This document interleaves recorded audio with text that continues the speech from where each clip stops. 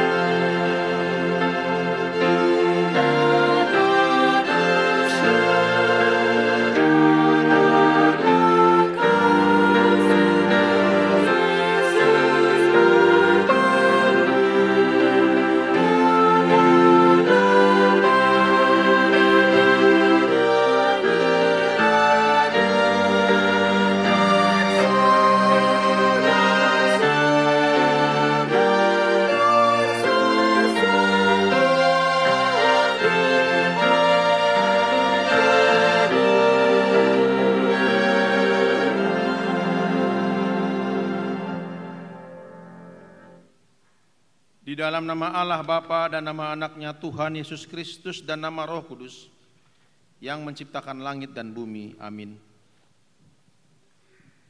Demikianlah kata Tuhan Yesus, marilah kepadaku semua yang letih lesu dan berbeban berat, aku akan memberi kelegaan kepadamu. Pikulah kuk yang kupasang dan belajarlah kepadaku, karena aku lemah lembut dan rendah hati, dan jiwamu akan mendapat ketenangan. Haleluya.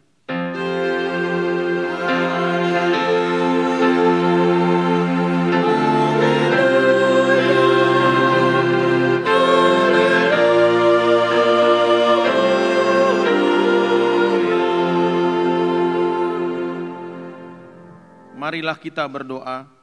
Ya Tuhan Allah Bapa kami yang di surga, kasihanilah kami orang yang berdosa yang lemah ini, karena musuh kami terlalu kuat untuk kami selalu dikalahkan.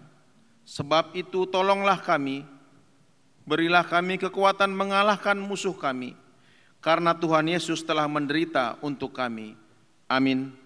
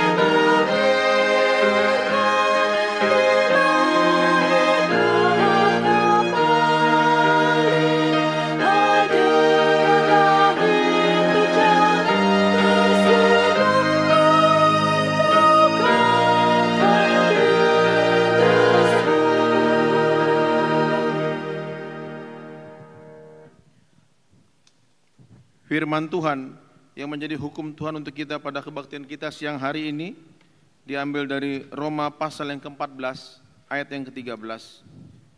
Karena itu siapa yang berkata-kata dengan bahasa roh, ia harus berdoa, supaya kepadanya diberikan juga karunia untuk menafsirkannya. Marilah kita mohon kekuatan dari Tuhan kita. Ya Tuhan Allah, kuatkanlah kami melakukan yang sesuai dengan hukum-Mu.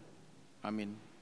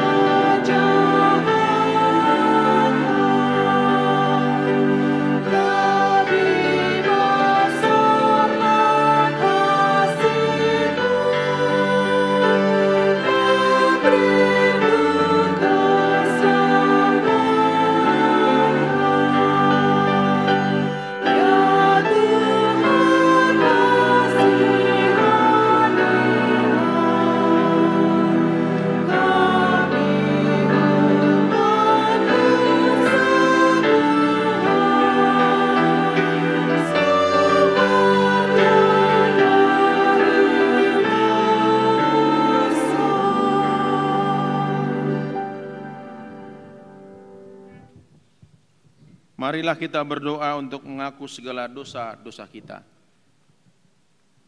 Ya Tuhan Allah, Bapa kami yang Maha Kuasa, Engkau mengasihi kami orang yang hina dan tercela ini.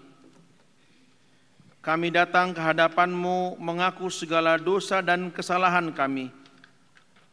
Sejak dilahirkan, kami sudah bergelimang di dalam dosa. Kami tersesat dan menyimpang dari jalan Tuhan. Kami sering melanggar hukum-Mu.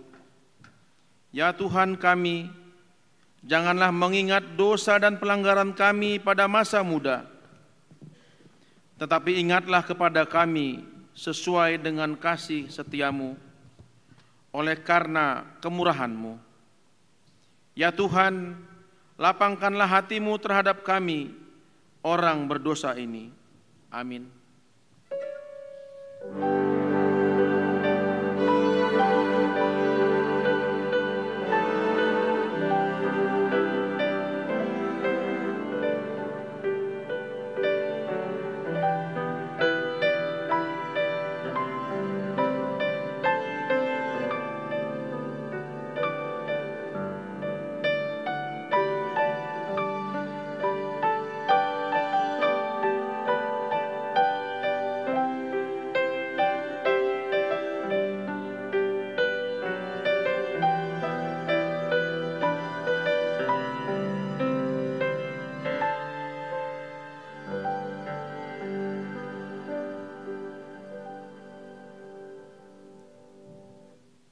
Janji Tuhan tentang pengampunan dosa kita, karena begitu besar kasih Allah akan dunia ini, sehingga Ia telah mengaruniakan anaknya yang tunggal, supaya setiap orang yang percaya kepadanya tidak binasa, melainkan beroleh hidup yang kekal.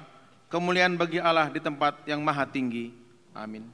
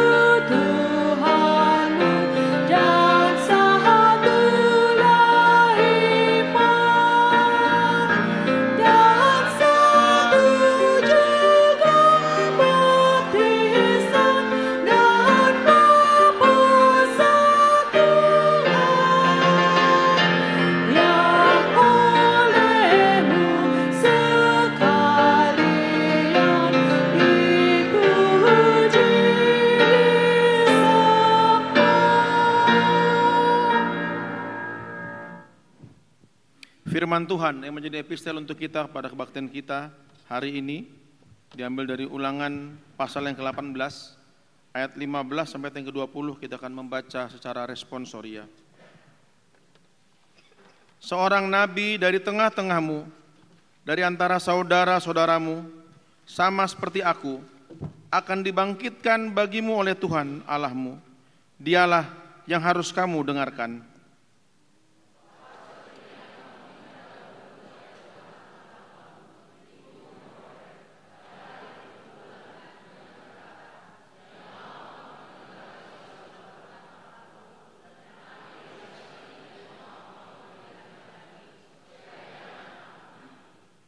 Lalu berkatalah Tuhan kepadaku, apa yang dikatakan mereka itu baik.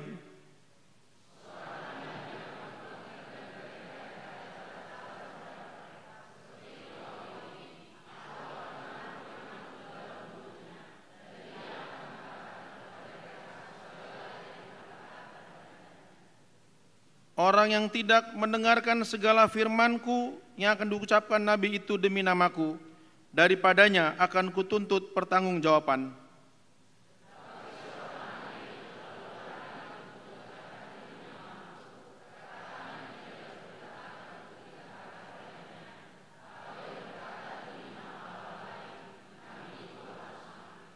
Sedemikian jauh pembacaan firman Tuhan untuk kita. Berbahagialah orang yang mendengarkan firman Allah serta memelihara dalam hidupnya. Amin.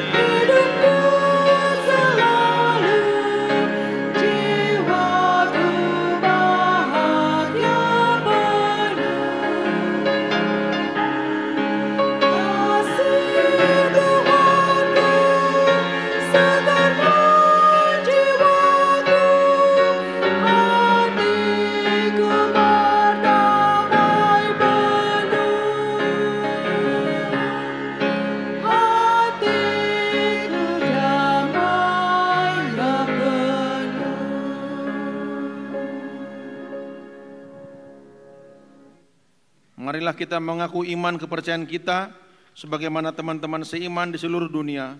Kita bersama-sama mengucapkannya. Aku percaya kepada Allah, Bapa yang Maha Kuasa, Khalik langit dan bumi. Aku percaya kepada Yesus Kristus, anaknya yang tunggal Tuhan kita, yang dikandung daripada Roh Kudus, lahir dari anak darah Maria, yang menderita sengsara di bawah pemerintahan Pontius Pilatus, disalibkan, mati dan dikuburkan, yang turun ke dalam kerajaan maut, pada hari yang ketiga, bangkit pula dari antara orang mati, naik ke surga, duduk di sebelah kanan Allah, Bapa yang Maha Kuasa. Dari sana akan datang kelak untuk menghakimi orang yang hidup dan yang mati. Aku percaya kepada Roh Kudus dan adanya satu gereja yang kudus dan am, persekutuan orang kudus, pengampunan dosa, kebangkitan daging, dan hidup yang kekal. Amin.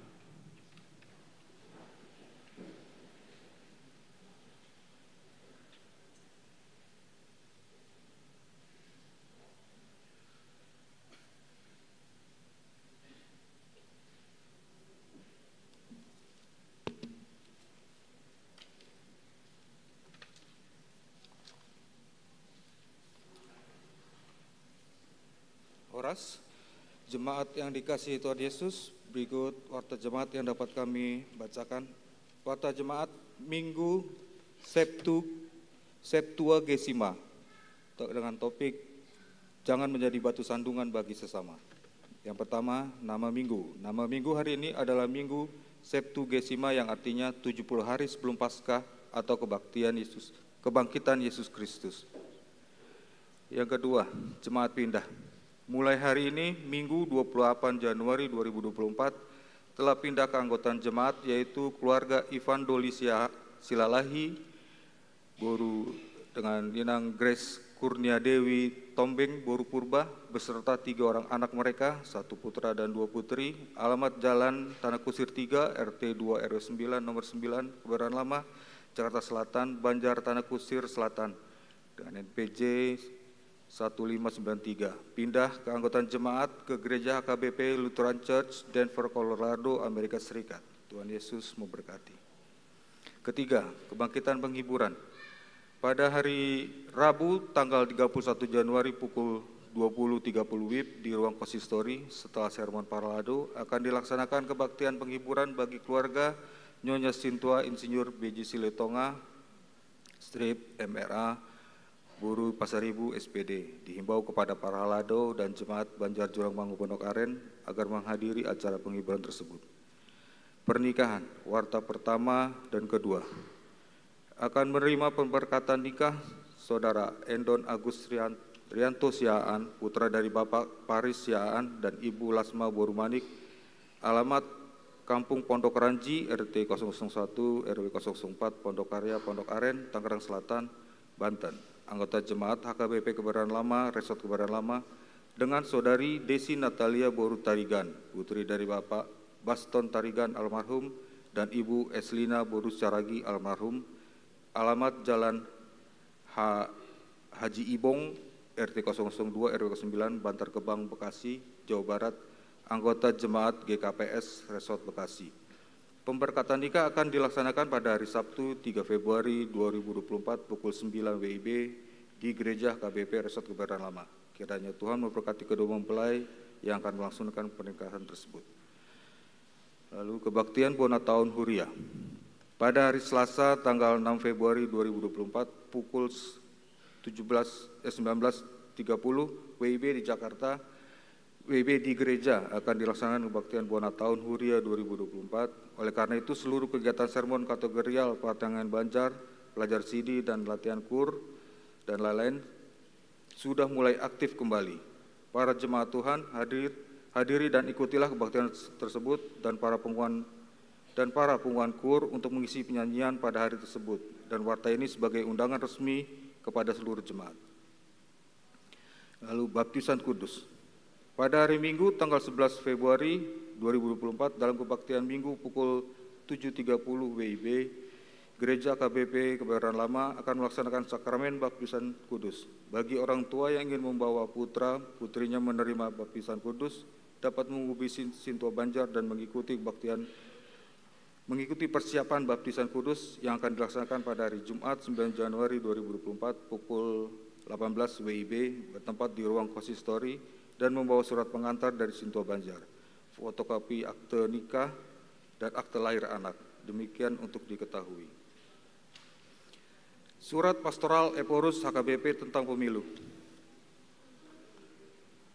Surat Pengembalaan Eborus Huria Kristen Batak Protestan tentang pemilihan umum serentak 14 Februari 2024. Kasih karunia Tuhan Yesus dan kasih Allah serta persekutuan Roh Kudus menyertai kita sekalian.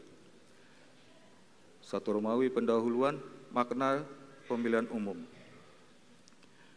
Pada 14 Februari 2024 yang akan datang, negara kita, Negara Kesatuan Republik Indonesia, akan menyelenggarakan pemilihan umum atau pemilu.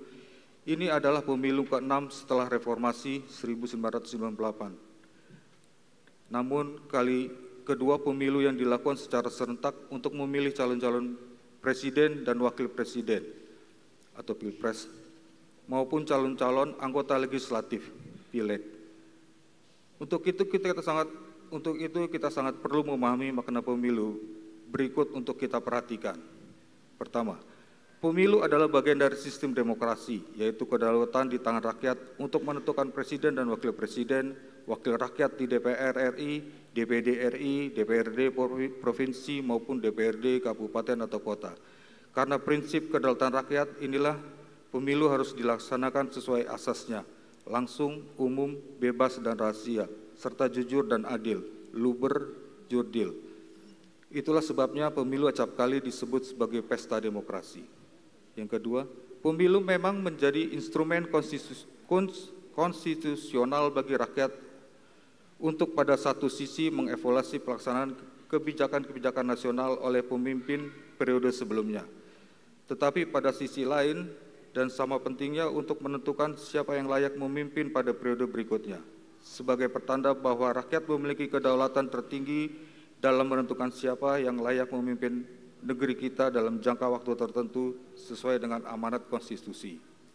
Ketiga, karena itu momen pemilihan umum harus digunakan secara optimal dan rasional agar arah bangsa ini tidak melenceng dari ciri-ciri konstitusi sehingga tidak layak tidak terpilih dan tidak layak terpilih. Karena itu ajang pemilu harus diposisikan tidak saja sebagai momen politik, tapi juga momen memperjuangkan kepentingan hidup dan penghidupan kita semua, rakyat Indonesia, dengan cara memilih pemimpin yang tidak mengedepankan kepentingan kelompoknya, tapi pemimpin yang benar-benar ingin membawa seluruh rakyat Indonesia menjadi lebih baik, lebih adil, lebih maju, dan hidup di dalam tatanan yang lebih taat kepada hukum negara dan hukum Tuhan. Romawi 2, peran dan tanggung jawab Huria Kristen Batak Protestan pada pemilu 14 Februari 2024.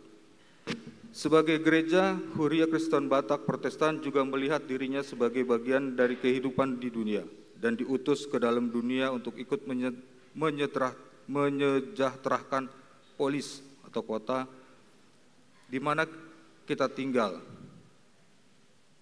Yeremia 29 ayat 7. HKBP memahami pemerintah yang berkuasa melalui pemilihan oleh rakyat datang dari Allah. Pasal 12 Konvensi HKBP 1996. Pada saat yang sama kita mendoakan dan kita diperlukan. Mengingatkan pemerintah. Kita juga dipanggil untuk menjadi mitra kritis pemerintah dalam tugas membawa kesejahteraan di Indonesia. Sehubungan dengan itu, menyukseskan pemilu 2024 adalah bagian dari perwujudan tugas dan tanggung jawab seluruh warga HKBP yang memiliki hak pilih sebagai warga negara Indonesia. Karena itu, dalam pemilu, kedaulatan rakyat harus digunakan dengan baik untuk membawa kesejahteraan bagi rakyat, bukan hanya kepentingan diri dan kelompok sendiri. Yakobus 2 ayat 1-13. Dalam konteks ini, ada dua esensi kedaulatan rakyat yang harus kita pegang. Pertama, kedaulatan rakyat mengandaikan bekerjanya rasionalitas, akal sehat, kejernihan berpikir, kehati-hatian, ingatan kuat, spiritualitas dalam memilih. Memilih bukanlah sekedar aktivitas mencoblos di bilik suara, namun memilih adalah berarti memberikan, menitipkan, serta mempercayakan suara kita pada pihak lain untuk mewujudkan pemerintahan yang bersih dan berwibawa 5 tahun ke depan. Yang kedua, kedaulatan rakyat juga mensyaratkan adanya kebebasan dalam menentukan pilihan. kebebasan untuk memilih sesuai dengan hati nurani dan akal sehat. Hasil kajian diri sendiri adalah hak manusia yang paling asasi, yang tidak dapat dibatasi oleh pihak manapun dan dalam keadaan apapun, non-derogable right. Kebebasan adalah inti demokrasi. Segala hal yang menghambat bagi kebebasan memilih, terutama yang datang dari pihak lain, adalah bertentangan dengan demokrasi dan kedaulatan rakyat itu sendiri. Karena itu harus ditolak sebulat hati dan sekuat tenaga. Meski demikian, kita tidak boleh naif, melainkan harus sadar bahwa di mana dan kapan saja, termasuk di era digital dewasa ini, pemilu berpotensi diwarnai berbagai hal berikut yang mengesampingkan prinsip utama kedaulatan rakyat. Pertama, politik uang akan kian merajalela jika rakyat tergiur olehnya dan tidak teguh menolaknya, serta melaporkannya kepada pihak yang berwenang. Akibatnya, kebebasan dalam memilih menjadi lebih banyak dipengaruhi oleh pemberi suap, iming-iming maupun pemberian materi oleh para kandidat kepada para pemilih. Pada gilirannya, mereka yang terpilih karena politik uang akan memerintah sesuai kehendaknya, tidak akan memperjuangkan, tetapi sebaliknya malah mengkhianati kepentingan rakyat yang hak suaranya telah mereka beli. Pemilu pun menjadi alat saja bagi para pengejar kekuasaan untuk mengejar ambisi negatif tersembunyi mereka. Pemilu begitu masih demokrasi dalam bentuk, belum demokrasi secara substansial.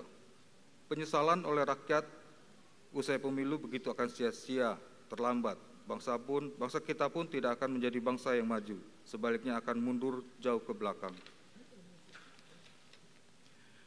Kedua, mempertanyakan dan memperoleh jawaban pasti tanpa ragu adalah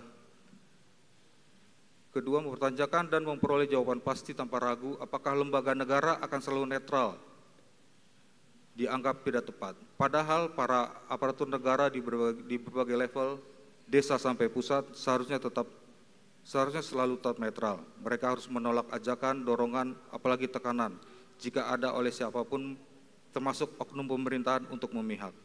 Ketiga, politisasi identitas sosial dan agama yang mencederai kesatuan bangsa dan negara serta melahirkan pemimpin-pemimpin populis yang kontraproduktif bagi pendalaman demokrasi kita.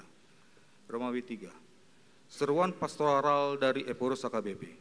Karena hal-hal terungkap di atas, sebagai gereja kami memanggil seluruh warga jemaat Huria Kristen Batak Protestan untuk 1.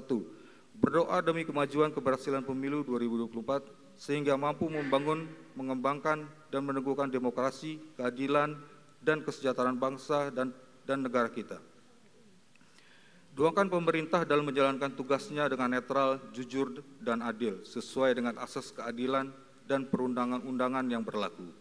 Kedua, mengutamakan kepentingan bangsa di atas kepentingan kelompok dalam menghadapi tantangan bangsa yang sangat besar di tengah persaingan antar bangsa yang masih terus meneruskan pola lama, yaitu terutama kepentingan bangsa sendiri di atas kepentingan bangsa-bangsa lainnya. Semakin jauh dari nilai-nilai keadilan dan perdamaian bagi semua dan bertolak belakang dengan orientasi pelayanan HKBP tahun 2024, HKBP proaktif menghadirkan kebaikan Allah bagi semua. Matius 5 ayat 45. Yang ketiga, sebagaimana telah ditunjukkan sejak awal persiapan hingga masa kampanye pemilu bahwa Epurus HKBP sebagai pimpinan dengan warga beraneka aspirasi politik telah dan akan terus berusaha menunjukkan netralitas. Demikianlah Allah memanggil semua aparatur negara tidak terkecuali dari kalangan AKBP untuk setia terhadap sumpah jabatannya, untuk selalu netral di dalam jalannya pemilu yang adil, bebas, dan rahasia, penuh kegembiraan hati sejati. Yang keempat, jagalah kedamaian dan keamanan situasi pemilu agar tetap kondusif. Yang kelima, bagi pemilik hak suara agar a. berusahalah mencari informasi yang benar dan akurat, bukan isapan jempol atau hoax. Mengenai siapa yang dipilih, kenalilah calonmu, rekam jejaknya, partai politik pengusung mereka, apakah mereka secara individu dan partai politik menempatkan kesejahteraan rakyat Indonesia dan kesatuan bangsa di atas kepentingan pribadi atau kelompoknya sendiri.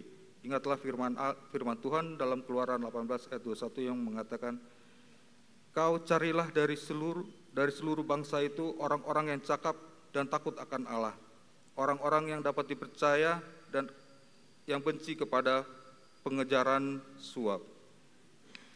Hindari menerima, mengungkapkan dan menyebarkan berita palsu atau ujaran kebencian yang menimbulkan perpecahan di tengah umat dan dapat menyebabkanmu berhadapan dengan hukum." B.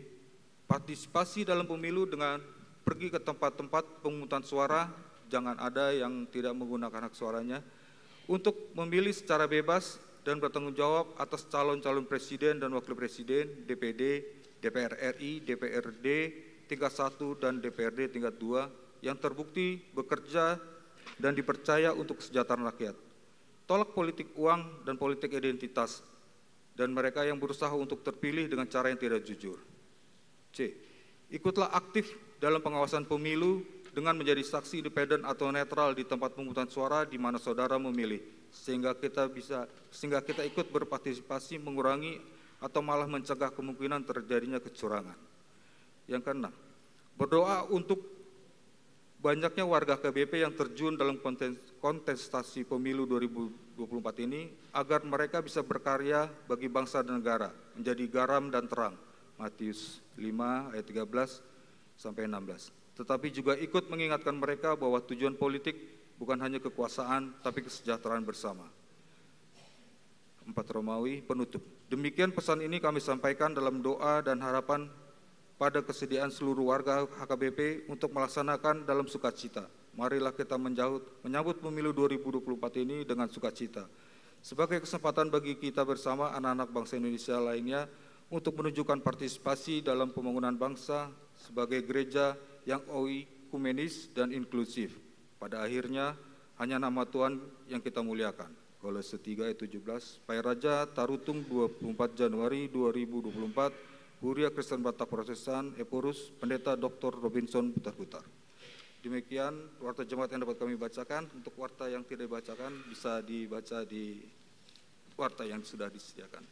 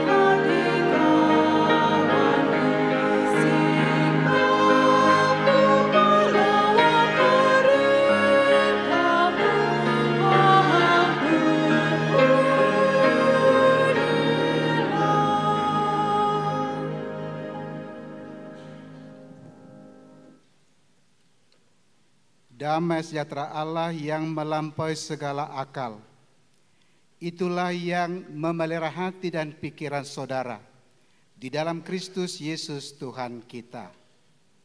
Amin. Shalom. Horas untuk kita semua, Amanginang. Demikian juga salam sejahtera untuk saudara-saudara jemaat yang mungkin mengikuti ibadah di tempat kita masing-masing. Kiranya Tuhan senantiasa menyertai kita. Amanginang, firman Tuhan pada hari ini diambil dari surat 1 Korintus pasal 8 ayat yang pertama sampai dengan ayat yang ke-13. Saya akan bacakan untuk kita ikuti bersama. Tentang persembahan berhala. Tentang daging persembahan berhala, kita tahu kita semua mempunyai pengetahuan. Pengetahuan yang demikian membuat orang menjadi sombong, tetapi kasih membangun.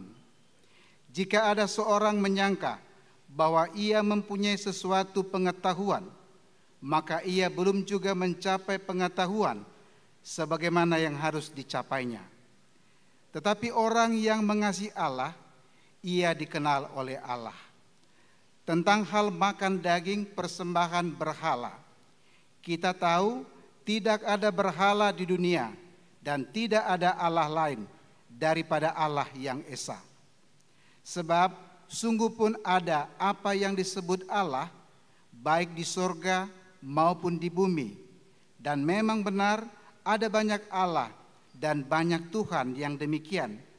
Namun bagi kita hanya ada satu Allah saja, yaitu Bapa yang daripadanya berasal segala sesuatu dan yang untuk Dia kita hidup.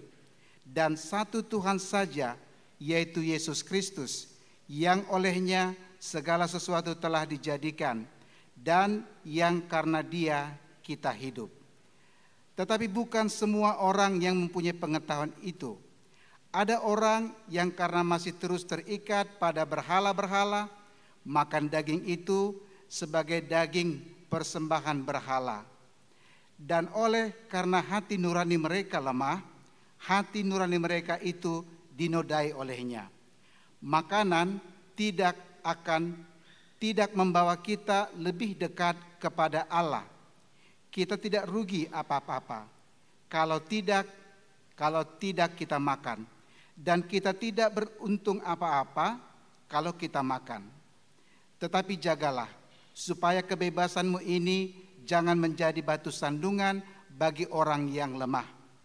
Karena apabila orang melihat engkau yang mempunyai pengetahuan sedang duduk makan di dalam kuil berhala, bukankah orang yang lemah hati nuraninya itu dikuatkan untuk makan daging persembahan berhala? Dengan jalan demikian, orang yang lemah, yaitu saudaramu, yang untuknya Kristus telah mati, menjadi binasa karena pengetahuanmu. Jika engkau secara demikian berdosa terhadap saudara-saudaramu dan melukai hati nurani mereka yang lemah, engkau pada hakikatnya berdosa terhadap Kristus. Karena itu, apabila makanan menjadi batu sandungan bagi saudaraku, aku untuk selama-lamanya tidak akan mau makan daging lagi, supaya aku jangan menjadi batu sandungan bagi saudaraku. Demikian firman Tuhan. Saudara-saudara yang kekasih, yang diberkati oleh Tuhan Yesus, kalau boleh saya bertanya, hanya satu pertanyaan singkat. Bapak Ibu, saudara-saudara, pernahkah kita tersandung?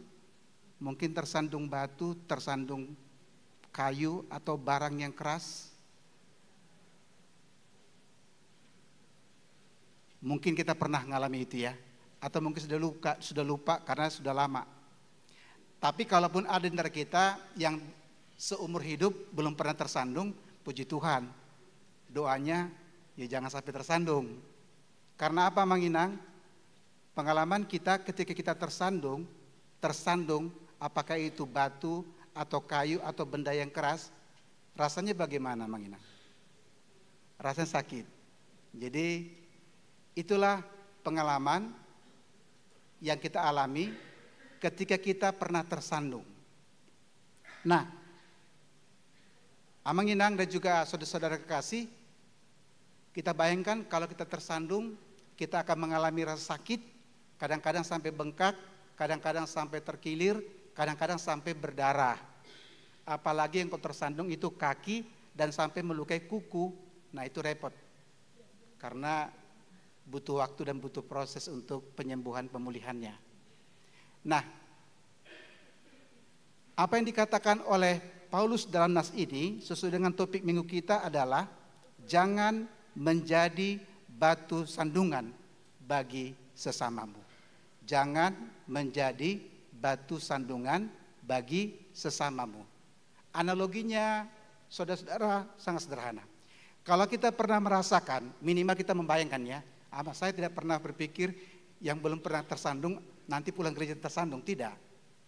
Ya, kalau kita pernah membayangkan atau kita mengingat pengalaman, kita pernah tersandung sampai kita mengalami rasa sakit atau luka sampai berdarah, kita tahu bahwa ketika kita tersandung kita akan merasakan sakit.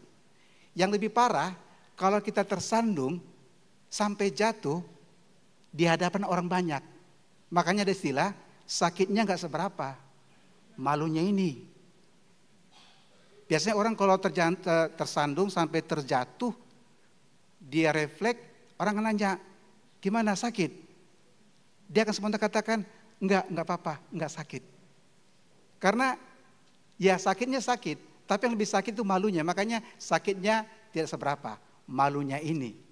Kalau sampai kita terjatuh, sampai tersandung dan terjatuh.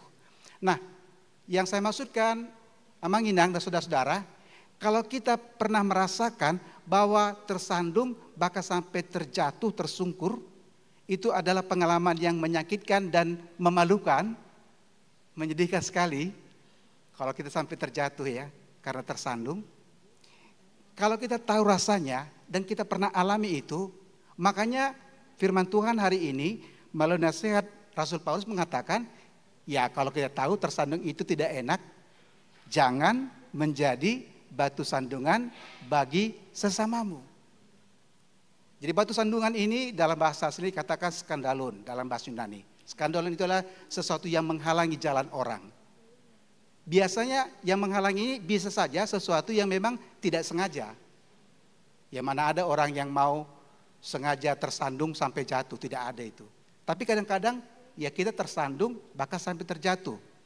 Tapi yang dikatakan di sini, skandalon itu adalah seseorang yang dengan sengaja meletakkan sesuatu penghalang yang mencelakakan orang lain. Itu dimaksud dengan skandalon. Nah, itu sebabnya Paulus mengatakan kepada kita, kalau kita pernah merasakan, kita mengalami, tahu sakit, itu berarti kita tidak boleh menjadi batu sandungan bagi sesama kita, bagi saudara kita. Nah, di dalam nas ini yang menjadi persoalan yang muncul di tengah-tengah jemaat di Korintus itu, kita tahu saudara-saudara, jemaat di Korintus ini adalah sebuah kota yang besar.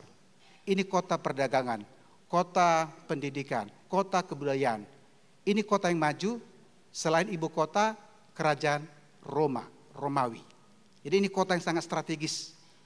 Tentu kota yang maju ini punya banyak latar belakang penduduknya. Di sana sudah berdiri jemaat, dilayani oleh Paulus sekian lama, hampir 1,5 tahun. Dia stay menetap untuk melayani jemaat di kota Korintus. Ada 2 latar belakang jemaat di sana, jemaat yang sudah berdiri di kota Korintus. Yang pertama, mereka jemaat itu anggota jemaat di kota Korintus ada yang berasal dari kelompok orang Kristen yang berlatar belakang Yahudi, orang-orang perantauan seperti orang Batak. Jadi orang Kristen yang berlatar belakang Yahudi. Yang kedua adalah kelompok jemaat Kristen yang berasal dari latar belakang Yunani, penduduk setempat. Nah, kita bisa bayangkan satu jemaat, tapi mereka punya banyak latar belakang berbeda. Tentu juga mereka akan terpengaruh dengan budaya dan pemikiran masing-masing. Dan itu sebabnya ada banyak, kalau kita tahu, jemaat di Korintus adalah jemaat yang penuh dengan dinamika dan konflik. Jadi Paulus mengatakan dia menuliskan surat ini dengan air mata. Karena jemaat ini adalah jemaat yang sangat rawan terhadap konflik. Ada banyak hal yang membuat mereka berkonflik, berselisih. dan menciptakan kelompok-kelompok. Salah satu hal yang menciptakan konflik di tengah-tengah jemaat adalah hal tentang memakan daging yang telah dipersembahkan kepada dewa-dewa, berhala-berhala.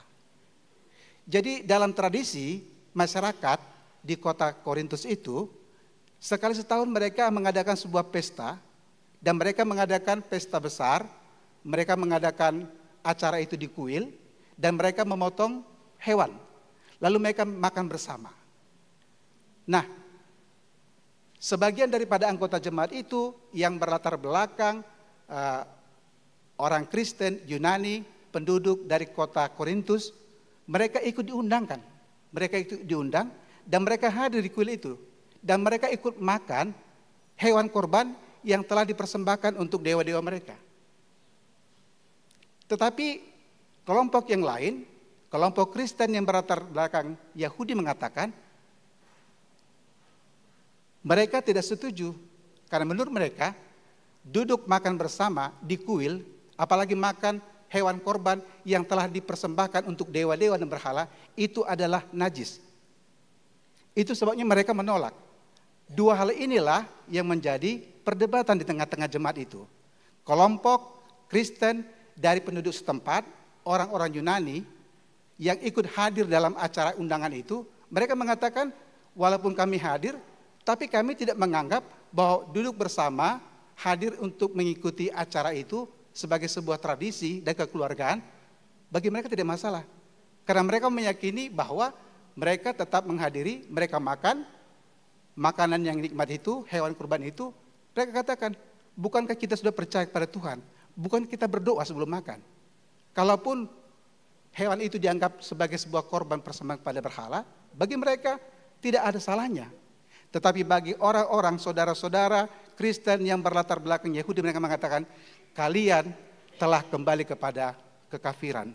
Kalian ikut makan bersama di kuil dan kalian menikmati hewan kurban yang telah dipersembahkan untuk dewa-dewa itu. Nah, inilah salah satu konflik di antara banyak konflik yang lain. Dan disinilah Paulus mencoba untuk memberikan sebuah jawaban secara etis, teologis, secara Kristiani. Bagaimana seharusnya sikap orang Kristen ketika mereka diperhadapkan dengan soal apakah boleh, sebagai orang Kristen apakah boleh kita hadir, kita diundang, kita duduk bersama, dan kita menikmati hewan yang dikatakan korban, daging korban yang telah dipersembahkan kepada dewa-dewa dan berhala itu. Nah, saudara-saudara, dalam nas inilah, perikop ini, Paulus menjelaskan hal itu secara mendalam. Paulus katakan, dalam ayat yang ke-9 tadi Paulus katakan demikian. Makanan tidak membawa kita lebih dekat kepada Allah. Kita tidak rugi apa-apa kalau tidak kita makan. Dan kita tidak untung apa-apa kalau kita makan. Paulus mengatakan begini, hal kerajaan surga itu sesungguhnya bukan soal makan minuman, tapi soal iman, soal kepercayaan kita kepada Tuhan. Jadi ukuran untuk keimanan kita tidak ditentukan oleh hal makanan dan minuman. Nah, Bapak Ibu Saudara-saudara, ini memang sebuah perdebatan yang mungkin muncul sampai sekarang saya ini. Ada sebuah perdebatan juga sampai sekarang mengatakan, ada yang mengatakan begini teori, manusia itu ditentukan oleh apa yang dia makan. Seperti apa manusia, itu akan dipengaruhi oleh apa yang dia makan. Jadi orang Batak makan B1, makan B2, makan B3, biawak. Katanya orang Batak itu sifatnya seperti itu, dasar kalian pelahap. Tetapi menurut Paulus tidak benar.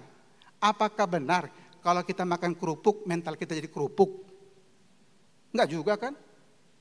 Tetapi Paulus mengatakan hal tentang keimanan kita tidak pernah diukur oleh soal makanan atau soal minuman. Tetapi soal iman kita kepada Tuhan. Dan Paulus katakan jangan berpikir kalau kita berpantang. Ini pertanyaan, mengapa orang KBP boleh makan makanan, apalagi makanan daging yang dimasak bercampur dengan darahnya, dengan gota. Itu bagi perdebatan bagi kita. Nah, saudara-saudara, yang dikatakan Paulus ini mengacu kepada apa yang dikatakan Tuhan Yesus. Yesus sendiri berkata di dalam surat Markus. Markus pasal 7 ayat 23, demikian perkataan Yesus. Markus pasal 7 ayat 19, saya akan bacakan. Karena bukan masuk ke dalam hati. Ayat 18, apakah kamu juga tidak dapat memahaminya? Tidak tahukah kamu bahwa segala sesuatu dari luar yang masuk ke dalam seseorang tidak dapat menajiskannya? Karena bukan masuk ke dalam hati, tetapi ke dalam perutnya, lalu dibuang ke jamban. Dengan demikian, ia menyatakan semua makanan halal. Ini perkataan Tuhan Yesus. Dan itu dasar di gereja kita dalam konfesi mengatakan bagaimana gereja kita mengatur tentang hal dan makan minuman. Karena Yesus mengatakan bukan apa yang masuk ke dalam mulut, turun ke dalam perut, lalu dibuang ke jamban yang menajiskan orang. Tetapi apa yang keluar dari hatinya, hal-hal yang buruk, hal yang jahat itulah yang menajiskan seseorang. Nah, itu sebabnya Paulus katakan di sini, supaya kita jangan terjebak dengan pemahaman seolah-olah kalau kita berpantang makanan, sesuatu makanan atau minuman, lalu kita lebih benar, lebih dekat pada Tuhan. Tidak. Dan Paulus katakan di sini bahwa supaya setiap orang boleh memilih apa yang dia mau. Karena itu tidak menentukan tentang iman seseorang. Nah, Amanginang, ini dikatakan Paulus supaya jangan menjadi batu sandungan bagi sesama. Ada 2 poin di sini katakan Paulus. Bagaimana caranya supaya kita tidak menjadi batu sandungan kepada sesama kita? Saudara, kadangkala kita ini sadar, tidak sadar, mungkin sengaja, tidak sengaja, mungkin langsung atau tidak langsung, tutur kata kita, sikap kita, perbuatan kita, seringkali menjadi batu sandungan bagi saudara kita. Kita nggak niat, kita nggak punya maksud apa-apa. Tetapi kita tidak sadar apa yang kita katakan, apa yang kita perbuat, sikap kita, itu bisa berpengaruh kepada sesama kita. Katakanlah begini, kalau tengah malam kita nyanyi sampai larut malam, ya kita mengatakan, ya suka-suka gua dong. Yang nyanyi kan saya, nyanyi di rumah. Emang apa salahnya? Bagi kita tidak salah, kita nyanyi, kita menghibur diri, kita nyanyi di rumah kita. Tetapi itu bisa saja mengganggu ketentraman saudara kita, tetangga kita.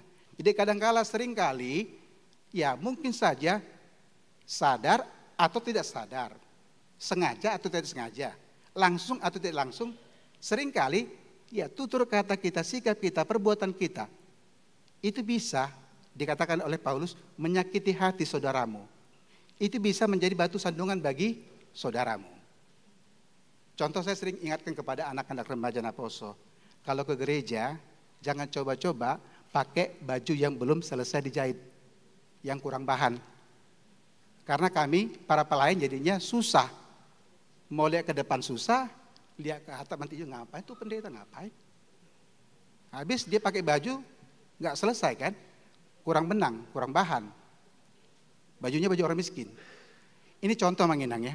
Kadang-kadang orang nggak bermaksud, dia berpikir, emang kenapa? Saya kan gereja, yang penting kan hati saya. Iya, mungkin dia merasa tidak punya maksud apa-apa. Tapi hal seperti itu bisa mengganggu kenyamanan, ketentraman. Sehingga para pelayan akhirnya matanya pada keliling-keliling. Itu ngapain? Ini contoh kecil yang Manginang, bahwa kadangkala apa yang kita lakukan bisa saja menjadi batu sandungan bagi saudara kita. Kalau kita misalnya katakanlah kita ibadah, tapi kita seperti passion show, kadangkala itu juga bisa sedikit mengganggu, mengusik. Apaan itu ya? Mentang-mentang baru tahun baru semua. Padahal kita nggak punya maksud seperti itu mungkin. Tapi bagi saudara kita, itu agak sedikit ya melukai hati nuraninya. Dia merasa, oh ya begitu ya. Nah saudara-saudara, Paulus katakan di sini, jangan kita menjadi batu sandungan bagi sesama kita. Karena apa yang kita katakan, apa yang kita perbuat, bagaimana sikap kita, itu pasti berpengaruh kepada orang di sekitar kita. Jadi kita harus sadar akan lingkungan kita. sebelum kita mengatakan sesuatu, sebelum kita melakukan sesuatu, sebelum kita bersikap, kita harus jaga. Contoh menginang, kalau seandainya kita datang tamu yang memang bukan teman seiman, masa kita harus pesan makanan tabu-tabu namar mia, kan nggak betul kan? Ya kalau dia datang, apa-apa nih? Udah kamu makan yang ini halal, yang ini non halal. Kamu makan saja yang halal. Dia akan mikir, ini ada makanan yang halal dengan yang haram. Lalu diundang ke rumahnya, mau makan gak enak, nggak makan gak enak. Harusnya kita berpikir, kita harus menyadari dan kita harus menghargai. Sudah tahu kita mengundang keluarga atau sahabat kita yang tidak seiman, ya mbok sekali-sekali ganti selera lah, ganti pesanan. Hari ini pesanan ganti dulu, ganti selera dulu. Walaupun kita berpikir, ya udah, di sana ada yang halal, di sini ada yang haram. Kalau kamu makan, makan aja. Nah, hal seperti itu kadang-kala menjadi batu sandungan bagi orang lain. Nah, saudara-saudara, Paulus katakan ada dua cara bagaimana kita supaya kita tidak menjadi batu sandungan kepada sesama kita. Ada dua cara di sini. Yang pertama itu di ayat 1. Ayat 1, Paulus katakan begini. Paulus ingatkan kepada jemaat di Korintus supaya mereka memakai ukuran kasih, bukan ukuran pengetahuan. Sebagian jemaat di Korintus itu dengan pengetahuan, dengan pemahaman mereka, dengan keyakinan mereka, dengan kebiasaan mereka, mereka mengatakan bahwa ya mereka boleh, mereka bisa makan makanan meskipun itu adalah makanan yang telah diperuntukkan untuk para dewa dan berhala. Secara pengetahuan menurut mereka, alasan mereka mengatakan, yang penting kalau saya diundang, ya monggo. Kalau saya disuguhkan makanan, silakan. Yang penting saya tetap berdoa dan saya percaya kepada Tuhan. Tetapi Paulus katakan tidak demikian.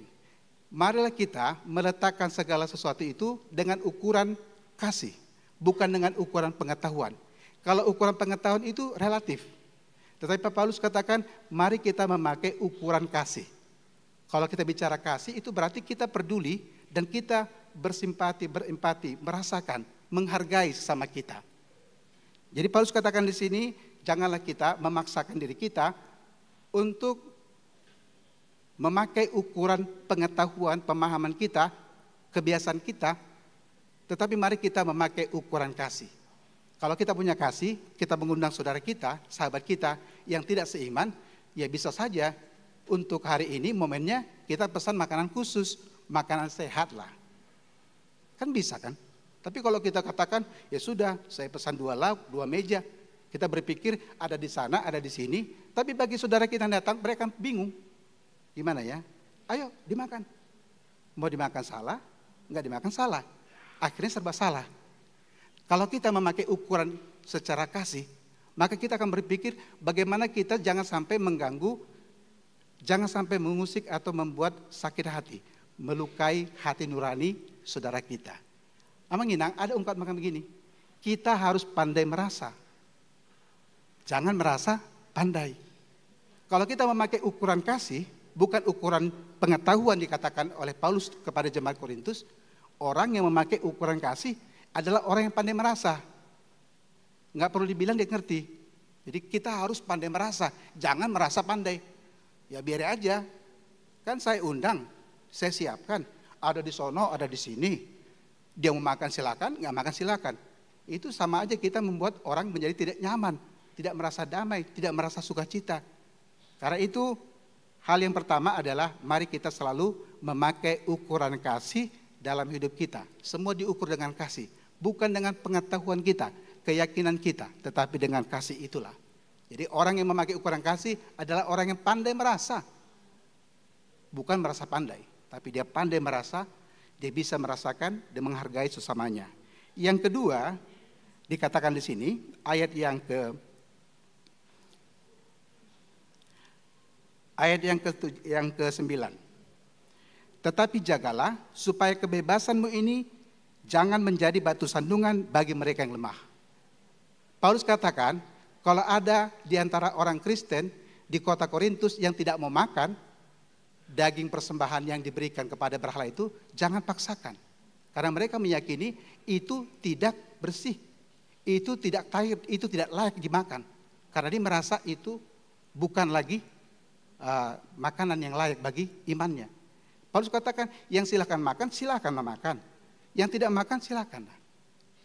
Yang makan, jangan merendahkan orang tidak makan. Yang tidak makan, jangan merasa lebih benar, lebih baik, lebih kudus. Nah itu mereka itu makan makanan begini-begini.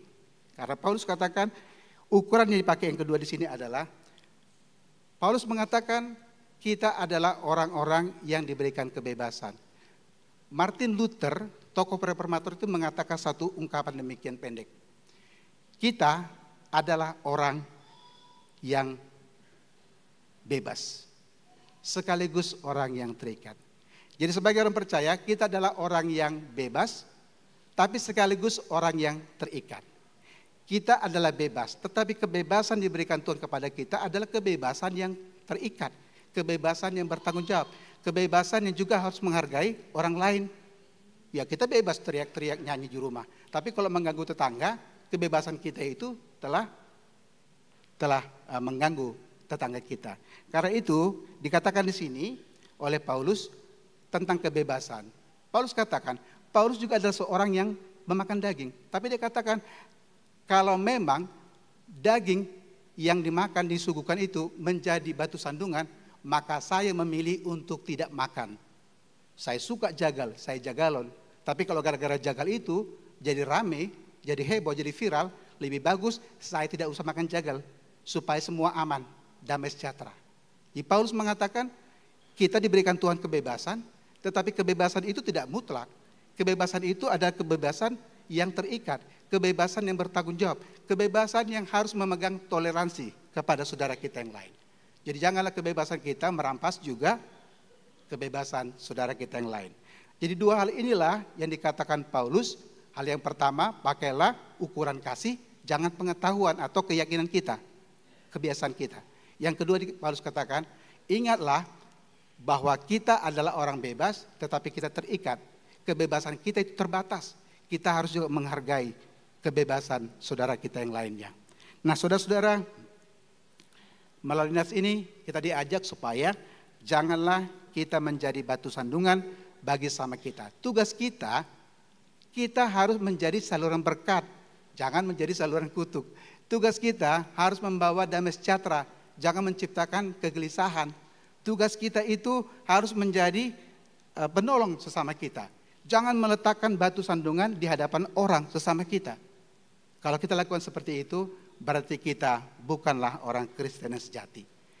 Tadi kita ikuti surat pastoral dari Eborus. Amanginang, saudara-saudara, saya pikir analogi sederhana begini.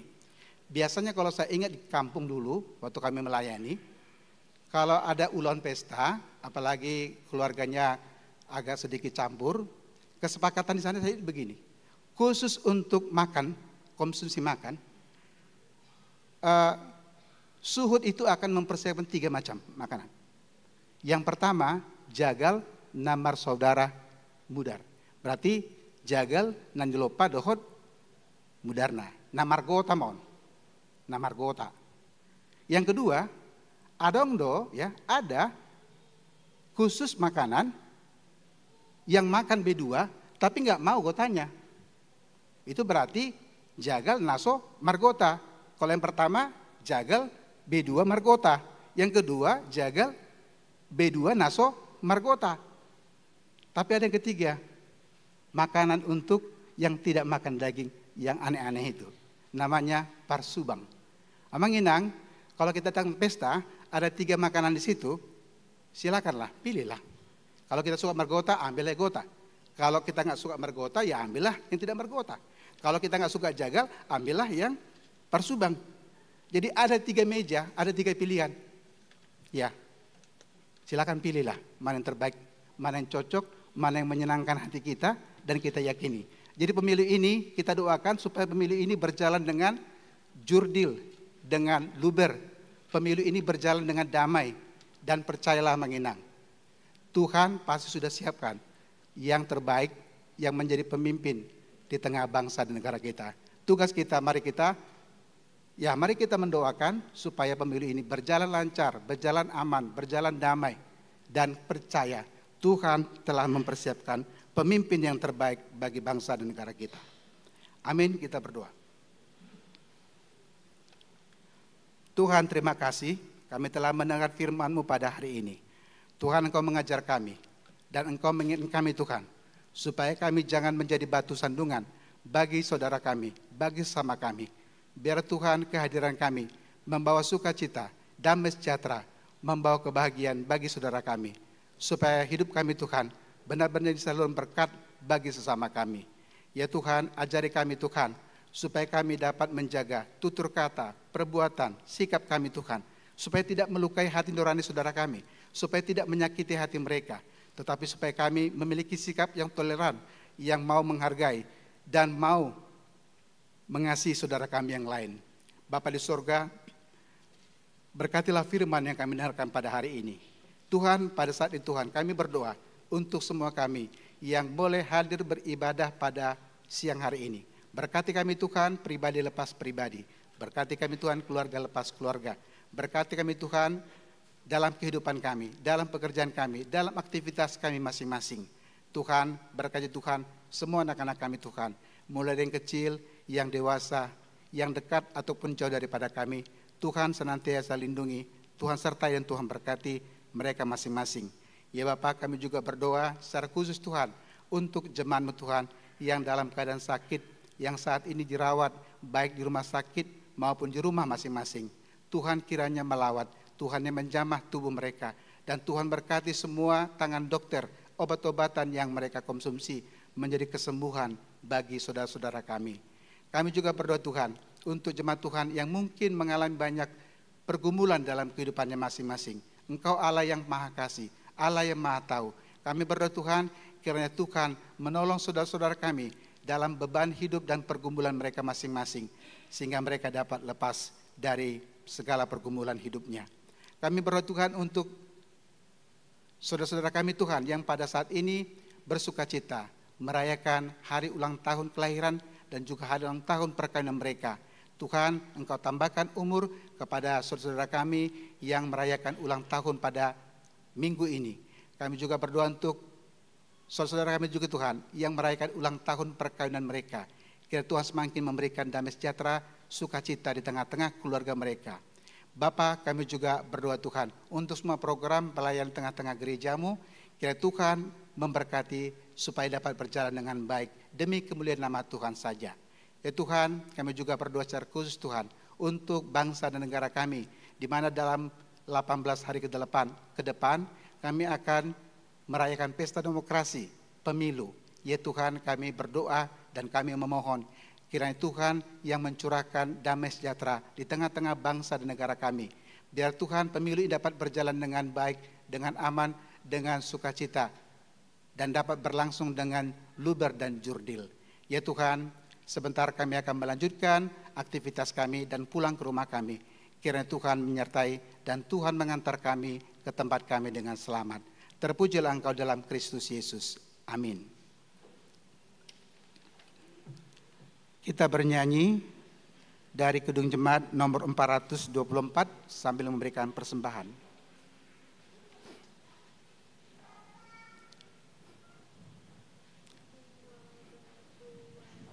Di mana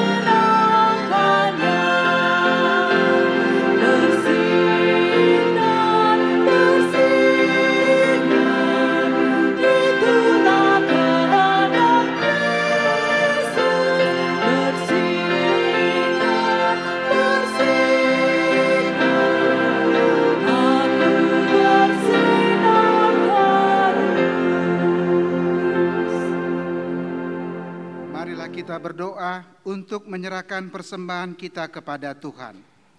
Ya Allah, Bapa kami yang di sorga, kami mengaku bahwa Tuhan adalah sumber dari segala karunia yang melimpah dalam kehidupan kami masing-masing. Sebahagian daripada karunia itu kami serahkan kembali sebagai persembahan kepada Tuhan. Terimalah dan berkatilah persembahan umat-Mu ini, agar dapat kami pergunakan untuk pekerjaan dan pelayanan kerajaan Tuhan di dunia ini. Bukalah hati kami untuk mengenal betapa banyak berkat dan karunia yang kami peroleh dari Tuhan, supaya kami senantiasa bersyukur kepadamu, di dalam nama Yesus Kristus Tuhan kami. Amin.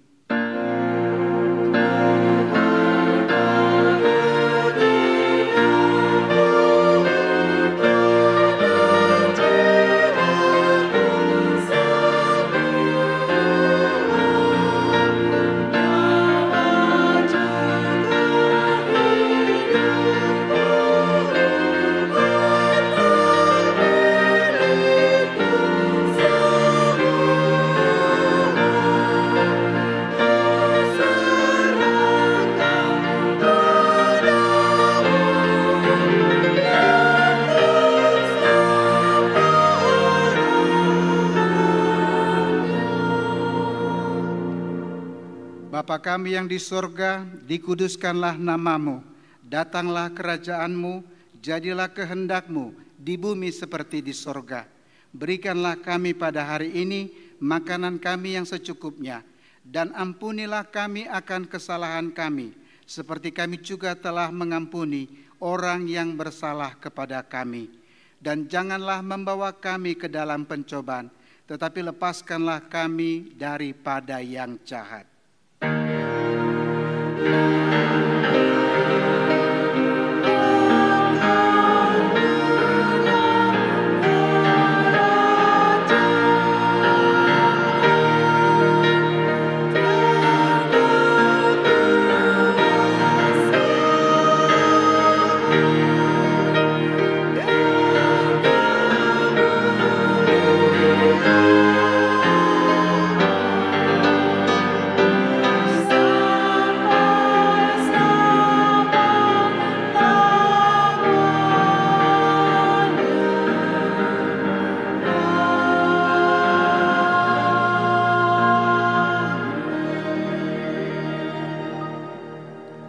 Pulanglah dengan sejahtera dan terimalah berkat Tuhan. Tuhan memberkati engkau dan melindungi engkau. Tuhan menyinari engkau dengan wajah-Nya dan memberi engkau kasih karunia. Tuhan menghadapkan wajah-Nya kepadamu dan memberi engkau damai sejahtera.